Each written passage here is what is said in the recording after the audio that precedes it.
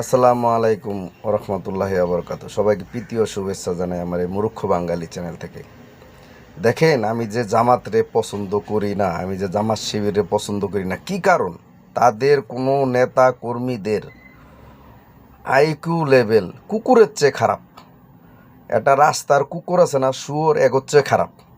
এরা মানুষের সম্বন্ধে যা মন চায় তাই বলে। নবী রাসূলরে পর্যন্ত এরা ছাড়ে না।